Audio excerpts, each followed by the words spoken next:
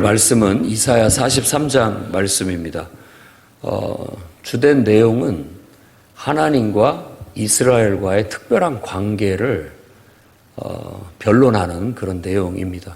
그러니까 열방을 모아놓고 또 이스라엘 자기 백성을, 자기의 종된 백성을 불러놓고 그 앞에서 이스라엘과의 하나님과의 특별한 관계에 대해서 설득을 하고 있는 겁니다.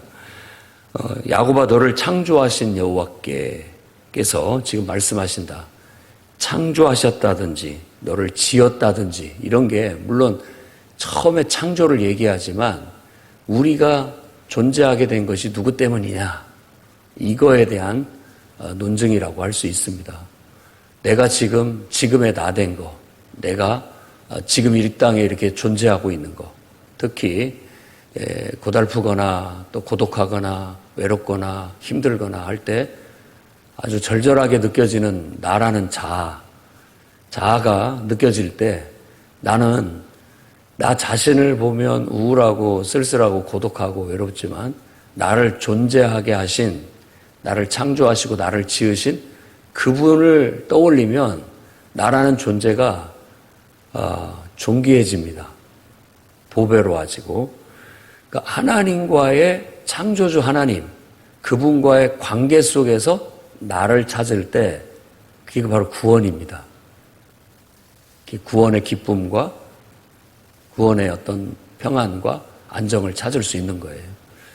여러분들이 어떤 순간이라도 혼자라고 느껴지거나 고독하다고 느껴지거나 또 힘들다고 느껴지거나 그럴 때 여러분 자신만 보지 마시고 여러분을 창조하시고 여러분을 지으시고 지금 그 자리에 있게 하신 이가 누군지를 떠올린다면 그분을 통해서 우리가 위로를 얻고 또 용기를 얻고 새 힘을 얻을 수 있다라는 겁니다. 그렇기 때문에 지금 그걸 망각하고 있는 자신의 종 이스라엘 백성에게 그 사실을 일깨워 주는 겁니다.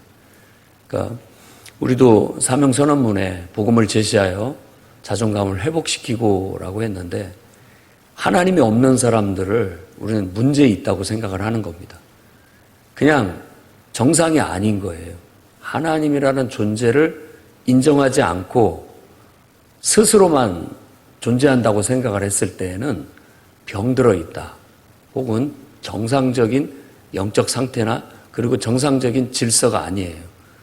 그건 지금 심각한 병에 걸렸거나 심각한 문제가 있는 상태로 보는 겁니다.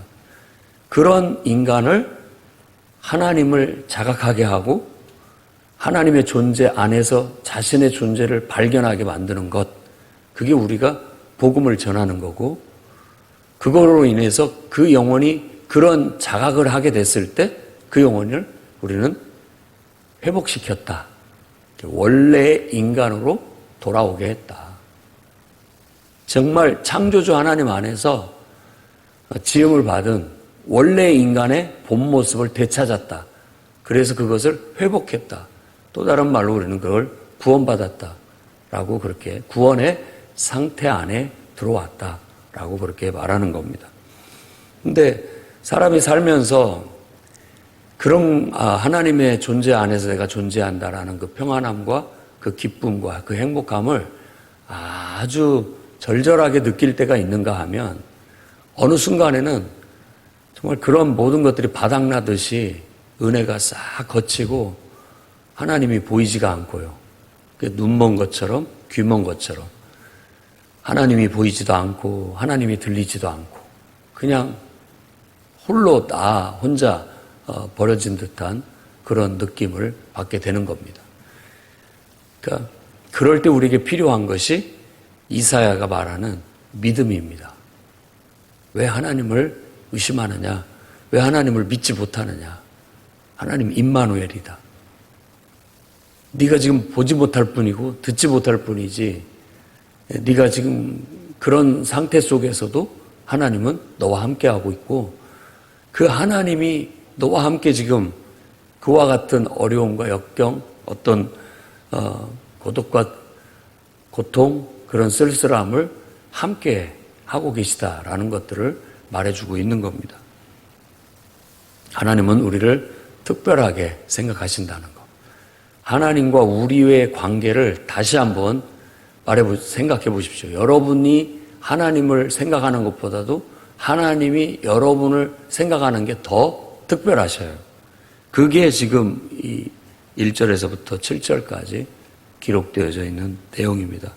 내가 너를 구속했고 내가 너를 지명하여 불렀나니, 이 지명한다라는 말은 이름을 불렀다는 뜻입니다.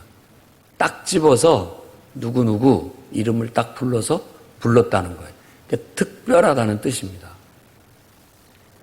너는 내 것이다.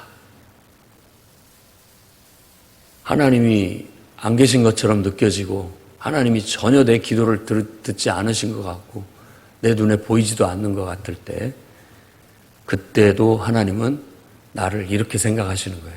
하나님은 나를 하나님과 너무나도 친밀하게 내 것이라고 할 정도로, 그 말은 소중한 소유물이고 절대 놓치지 않겠다라는 것이고 포기하지 않겠다라는 그런 의미로서 너는 내 것이다 라는 그런 의미를 갖습니다.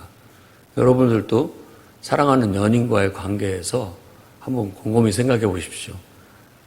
그가 정말로 나를 소중하게 여긴다면 나에게 어떤 고백을 하는지. 그러면서 자신을 망각하고 있는, 그러니까 지금 특정한 상황이라 아주 좀 낙심할 수밖에 없는, 어떻게 보면 우크라이나 그 전쟁 속에 휘몰리는 백성들의 입장에서 그런 상황 속에서 하나님은 도대체 왜 우리에게 이러한 일들을 주시는가? 이런 속에 하나님은 어디 계신단 말인가? 우리의 기도를 왜 안 들으신다는 말인가? 라고 그분을 의심하고 하나님이 왜 이러시는지에 대해서 눈먼 사람처럼 귀먼 사람처럼 알지도 못하고 듣지도 못하는 그 순간에 하나님은 바로 이와 같이 우리에게 말씀하시는 겁니다. 2절, 3절 이렇게 2절 보면 물 가운데로 지나갈 때 그때도 내가 함께하고 있었다. 또 불 가운데 지나갈 때 그때도 내가 함께해서 너희를 타지 않게 했다. 이렇게 지금 말하고 있는 겁니다. 그러니까 진정한 믿음은 우리를 불 가운데로 인도하시든 물 가운데로 인도하시든 그저 하나님이 인도하시는 길이라면 어디든지 따라가겠습니다. 하나님. 그게 바로 진정한 믿음이라는 것을 말하는 거예요. 그런 믿음을 왜 갖지 못하느냐. 나만 믿으라 라는 그런 하나님의 말씀이라고 볼 수 있겠습니다. 그래서 나는 너의 구원자다. 내가 너의 구원자다 라고 얘기하고, 심지어 애굽을 너를 위한 속량물로 구스와 스바를 너를 대신하여 주었다 라고 할 정도로, 그러니까 애굽이나 구스, 결국 그쪽을 점령하러 가기 위해서는 이 팔레스타인, 그 가나안 땅을 통과할 수밖에 없죠. 거쳐가는 길이죠. 또 애굽을 속량물로 주고 구스를 또 대속물로 주었다라는 것 자체는 결국 그쪽으로 이제 이쪽 사람들의 관심이 쏠리게 해서 우리가 거기서 벗어나게 만들었다라는 그런 역사적인 의미도 있지만, 더 큰 의미는 여기서 말하고자 하는 말은 바로 그런 겁니다. 그런 모든 것보다도 너를 다 그것들 내주어도 너만은 내가 소중하게 생각하고 있다. 그만큼 소중하게 생각하고 있다라는 그런 말입니다. 너는 내 눈에 보배롭고 존귀하고 내가 너를 사랑하였은즉 내가 네 대신 사람을 내어주며 백성들이 내 생명을 대신하리니 두려워하지 말라. 내가 너와 함께하여 내 자손을 동, 서, 북, 남에서부터 끌어모을 것이다. 동서남북, 우리는 동서남북으로 얘기하죠. 여기서는 동, 서, 북, 남 할 것 없이 곳곳에 흩어진 내 백성, 거룩한 그들을 내가 내 이름으로 불려지는 모든 자, 내 영광을 위하여 창조한 자들을 오게 할 것이다 라고 그렇게 말합니다. 왜? 내가 그를 지었고 만들었기 때문이다. 이런 표현들이 여러분들이 내가 너를 낳았다. 넌 내 자식이다. 라고 하는 것과 같은 표현이라고 할 수 있겠습니다. 여러분들이 낳은 자식은 특별하지 않습니까? 그리고 여러분 눈에는 여러분 자식들만 보이고 다른 사람은 그렇게 크게 중요하지 않잖아요. 그와 같은 사랑의 지금 표현인 거예요. 그런 것을 망각하고 있는 이스라엘 백성에게 다시 한번 환기를 시키고 있습니다. 자, 8절에 눈이 있어도 보지 못하고 귀가 있어도 듣지 못하는 백성을 이끌어내라. 그러니까 지금 이스라엘 백성들이 어제는 제가 하나님 말씀에 하나님을 눈을 감아버리고 또 하나님 앞에 귀를 닫아버려서 보지도 않고 듣지도 않으려고 한다라고 말씀을 드렸는데 그런 느낌도 있고 또 다른 느낌은 뭐냐면 여러분 우리가 너무 큰 충격을 받으면 기절하잖아요. 하나님 그렇게 우리를 창조하셨어요. 왜? 그 상황을 그냥 의식을 갖고 느끼기에는 너무 고통스럽기 때문에 그 순간 우리가 정신을 잃게 되는 겁니다. 그러면 그 고통도 어떤 것도 느끼지 못하게 되니까. 그러니까 눈을 멀게 하시고 귀를 닫게 하신다라고. 이사야서 6장에 보면 하나님이 이사야에게 이렇게 사명을 부여하실 때, 이사야가 하나님 앞에 헌신했을 때 역설적으로 얘기하는 거예요. 너는 가서 이 백성들이 듣지 못하게 하고 보지 못하게 해라고. 이상한 말씀을 주시는 거예요.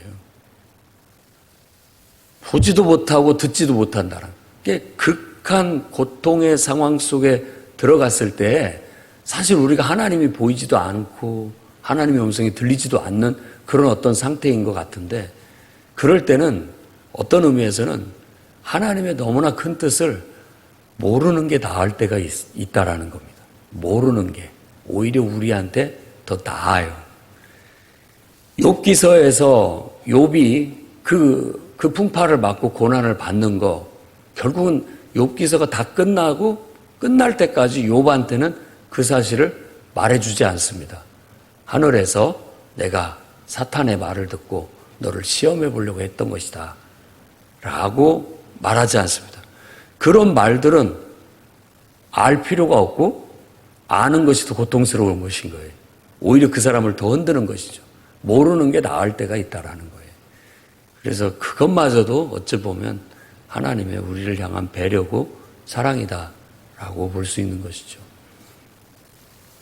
때때로 인생이 왜 이러는지, 왜 이런 일들이 벌어지는지 모를 때가 있는데 그것은 정말 내가 하나님을 절대적으로 신뢰한다면 하나님은 내가 모르는 것을 원하시는구나 라고 받아들이는 것도 하나의 지혜라고 생각합니다. 왜? 모르는 것이 더 나에게 낫기 때문에.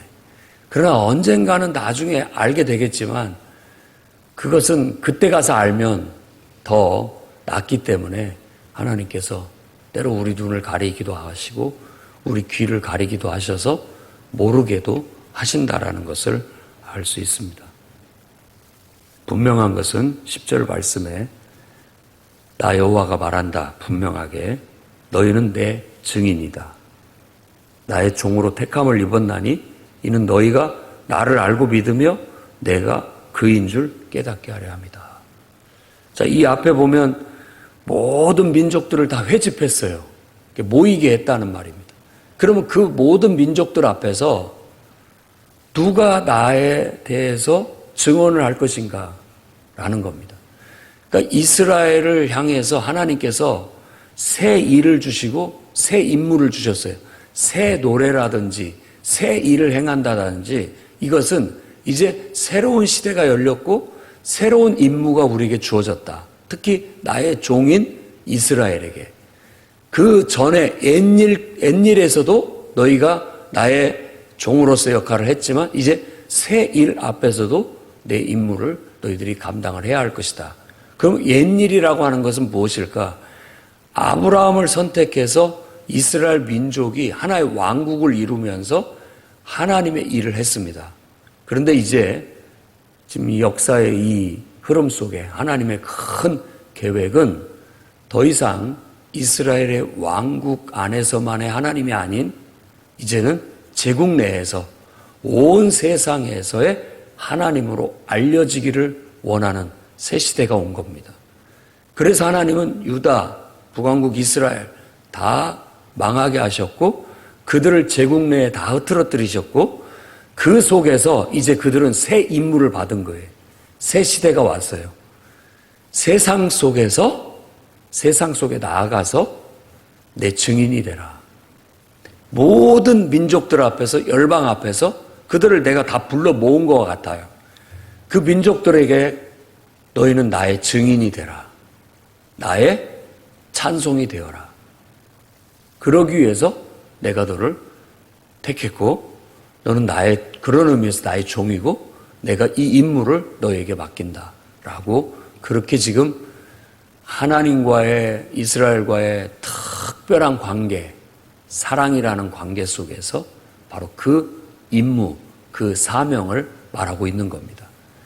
그래서 성경은 신약 성경에서도 그렇지만 우리가 하나님의 영광에 찬송이 되고 하나님을 위해서 고난도 받고 또 영광도 누리면서 하나님 앞에 우리 자신들을 내어드리는 것은 하나님과의 특별한 사랑의 관계 때문이다.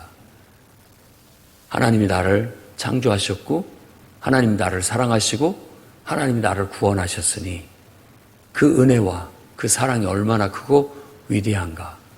그러니 기꺼이 주님을 위해서 내 자신을 드리고 내 한 목숨 바친들 아깝지 않다라는 그런 어떤 헌신, 그런 고백 속에서 우리가 하나님의 영광에 찬송이 되게 하고 주님을 위해, 주님의 나라를 위해, 복음을 위해 희생하고 헌신하도록 그렇게 자발적인 헌신과 그런 섬김을 우리에게 요구하고 있는 겁니다.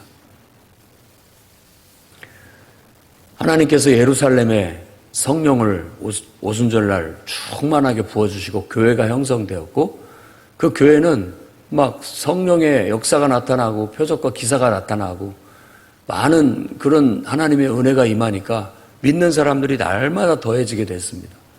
그러니까 그 사람들이 다 거기에 모여서 유무상통하듯이 하면서 같이 먹고 같이 예배하고 기도하면서 그냥 으쌰으쌰 하면서 똘똘 뭉쳐져 있었습니다. 그때 하나님께서 예루살렘에 큰 대대적인 핍박을 주십니다. 스데반을 죽이시고 핍박이 일어나게 해요.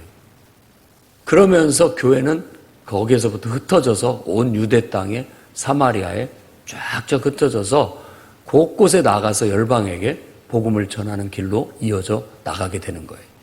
똑같은 역사의 반복입니다. 처음에 하나님께서는 모판을 만드십니다. 그게 바로 이스라엘 민족이었던 거예요. 아브라함을 택하시고 그 민족을 통해서 복이 되게 하시려고, 그러니까 제사장 나라 되게 하시는 거예요. 곧 모든 사람을 하나님께로 이끌고 회복시키고 하나님의 증인이 되게 하기 위한 한 증인된 한 민족을 모판으로 사용하신 다음에 이건 모판일 뿐이에요.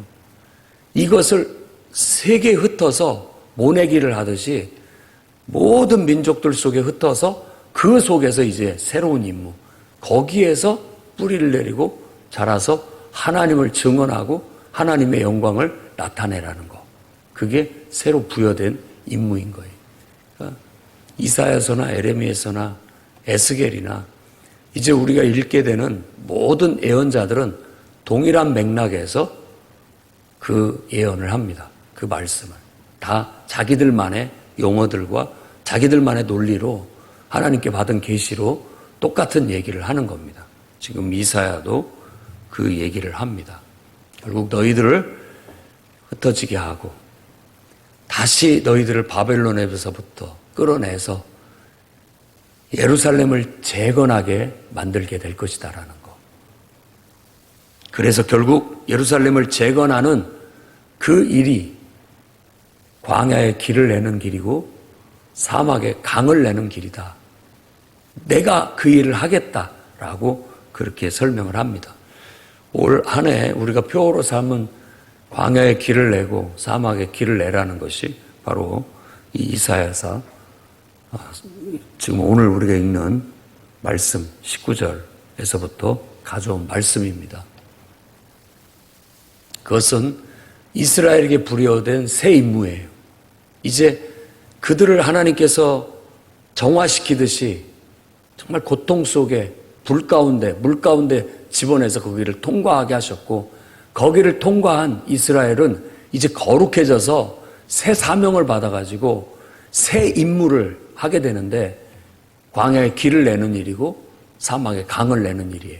하나님이 하시지만 그 하나님의 영광의 찬송을 바로 거룩해진 구속받은 이스라엘 백성들을 통해서 그 일을 하시려고 한다라는 것입니다. 그래서 그들의 임무는 다시 예루살렘을 재건하는 일입니다. 이제 그 예루살렘의 재건은 그 왕국을 회복하는 것이 아니라 제국 내에서 하나님을 예배하고 하나님의 말씀을 가르치고 모든 사람들에게 하나님을 알리고 하나님을 섬기게, 물이 바다를 덮음과 같이 하나님을 아는 것이 모든 민족들에게 다 알려지게 하기 위한 위대한, 그야말로 광야에 길을 내는, 사막에 강을 내는 그 위대한 사명을 감당하라고 그들에게 임무를 부여하신 것이라는 겁니다. 그런데 안타깝게도 22절부터 이렇게 쭉 말하는 바는 좀 부정적입니다. 내가 이렇게 너희들을 사랑하고 너희에게 이와 같은 너희들 나의 종으로 내 영광의 찬송으로 사용하려는 뜻과 계획을 가지고 있는데 지금 너희들의 모습을 봐라 라는 겁니다. 너희들은 나를 부르지 않고 있고 너희들은 나를 괴롭게 한다. 특히 나를 괴롭게 한다라는 표현 속에는 자꾸만 나 아닌 다른 신을, 우상을 너희들이 찾고 있다라는 그런 가슴 아픈 표현입니다. 정말 와닿는 예화로 쉽게 얘기한다면 여러분들이 낳은 자식이 애지중지 애끼고 사랑하고 키우는데 때때로 이 아이가 정말 잘못되니까 혼내기도 하고 내치기도 하고 이렇게 했어요. 그러더니 그 아이가 엄마한테 이제 삐친 거죠. 삐쳐가지고 엄마는 나를 사랑하지 않는가 봐. 그래가지고 옆집에 갔더니 옆집 아줌마가 아이고 엄마한테 혼났구나 하고 간식도 내주고 따뜻한 음료도 주면서 위로를 해주니까 나 집에 안 갈래요. 아줌마를 내 엄마로 삼을게요. 그런 거나 똑같은 거예요. 우리들이 신앙생활을 할 때에도 하나님을 섬길 때나 또 교회에서 여러분들이 교회를 섬기면서 봉사할 때도 그럴 때가 있습니다. 그럴 때가 있어요. 그럴 때에 이런 말씀을 여기시고 바로 여러분을 낳으신 이가 누구신지, 여러분을 창조하신 이가 누구신지, 정말 여러분들이 섬겨야 할 교회가 어디인지 무엇인지를 분명히 하고 그 속에서 신실하게 그 모든 것 속에서도 이게 하나님의 은혜고 사랑이구나, 나를 사랑하셔서 하나님께서 이렇게 나를 이끌고 계시구나 라는 걸 변함없이 깨닫고 정말 하나님을 마음 아프게 하거나 힘들게 하지 않고 변함없는 사랑으로 또 신실함으로 그분을 섬겨 나가야 되겠습니다. 지금 그렇게 코 빠져 있고 하나님 앞에 좀 마음이 상해 있는 하나님의 종들, 하나님의 자녀들에게 너희가 이렇게 지금 하고 있을 때가 아니다 라는 새로운 임무를 부여하고 내가 이런 계획과 뜻을 가지고 너희에게 이렇게 했을 뿐이다 라고 말하면서 나 너희들의 죄를 기억도 하지 않겠다. 내 허물들을 다 사해주겠다. 용서하겠다. 다시 힘을 내라. 다시 일어서라. 여호와를 앙망하는 자는 독수리 날개치며 날래강과 같이 새 힘을 얻는다. 지치지 않는다. 낙심하지도 않는다. 피곤치도 않다. 새 힘을 내서 내가 부여한 새로운 임무, 이 위대한 사막에 강을 내고 광야에 길을 내는 이 위대한 일을 나와 함께 한번 이루어 나가보자 라고 주님이 말하고 있는 겁니다. 만일 너희들이 그렇게 해내지 못한다면 너희가 영광의 찬송을 되게 만들어야 되는데 내 종이 돼서 나의 증인이 되고 이 역사를 이뤄내야 되는데 자꾸만 나를 불신하고 내 말을 듣지 않고 순종하지 않는다면 결국은 뭐가 되겠느냐. 앞에서 경험해 보지 않았냐. 너희가 그랬을 때 성전이 파괴되었고 너희들이 세상의 비방거리가 되고 조롱거리가 되도록 너희들이 진멸당하지 않았느냐라는 것을 다시 한번 상기시키고 있는 겁니다. 오늘날은 예수 그리스도를 통해서 온 세상에 하나님께서 구원의 새 역사를 이루었고 그야말로 하나님은 하나님의 그 열정으로 열망으로 사막에 강을 내셨습니다. 광야에 길을 내셨고 이제 우리는 그분에게 죄사함 받고 예수 그리스도와 함께 죽고 그분과 함께 다시 태어남으로써 거듭남으로써 정말 거룩한 하나님의 자녀가 되는 특권을 주셨고 이제 우리가 그 특권을 받은 것은 바로 하나님께서 우리를 통한 영광의 찬송되게 하기 위해서 예수 그리스도의 구원의 복음을 온 세상에 알리는 세상의 빛이 되고 세상에 둘도 없는 소중한 존재인 소금이 되라고 어디든 여러분들이 가는 곳곳마다 예수님을 얘기하고 하나님 나라를 이야기하고 구원을 얘기해서 사람들이 자각하고 깨달아서 하나님을 인정하고 그분 안에서 자신의 존재를 찾고 예수 그리스도 안에서 구원의 기쁨과 감격을 얻을 수 있도록 하나님 나라의 꿈과 소망을 품을 수 있도록 여러분들이 회복시키는 것이 오늘날 교회와 성도들에게 주어진 새 임무입니다. 그 일이 쉽지 않다는 의미에서 광야고 사막입니다. 그렇지만 우리가 하는 것이 아니라 사도행전에서도 봤듯이 성령이 우리 안에서 행하시는 겁니다. 하나님의 구원의 복음이 우리 안에서 역사하는 겁니다. 그러니 성령의 능력을 믿고 오늘 또 복음의 위대한 능력을 그 자체가 힘이 있고 권세가 있다는 걸 믿으시고 여러분들이 살아가는 삶의 상황 속에서 누구를 만나든지 나는 복음의 빚진 자다. 이 사람에게도 예수님을 말해줘야 되고 하나님을 말해줘야 된다. 구원에 대한 메시지를 전해야 된다라는 부담감을 가지고 전파하시되 여러분들이 어디로 보내지든지 그곳에서 복음을 전하고 하나님의 증인이 되는 복음의 증인이 되는 그런 삶을 훌륭하게 살아내시기를 주의 이름으로 축원합니다.